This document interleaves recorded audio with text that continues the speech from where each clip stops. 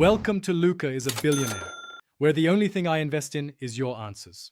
You begin by inserting the photo where you want transparency. This places the image on the slide so you can edit it.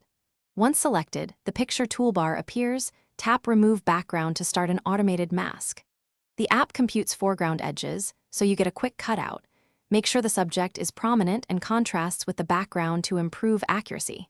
If the button isn't visible, confirm you're editing a picture and not a grouped or shape object before proceeding.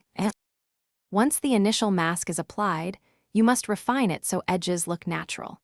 You use mark areas to keep to paint over parts the algorithm removed mistakenly, and mark areas to remove to eliminate leftover background. This gives you control over tricky edges. Make sure to zoom in on hairlines or complex outlines, and alternate between small strokes and the erase tool for tidy transitions. When satisfied, tap Done to preview the result with transparency against your slide background. To finalize, tap Done and check the image on the slide. You can move and scale it without its original background. If you need a standalone transparent file, export the slide or image as PNG with transparency enabled so other apps preserve the cutout. If the result looks rough, make sure the app is updated and retry the refine steps. As a single troubleshooting tip, save a copy and rerun Remove Background.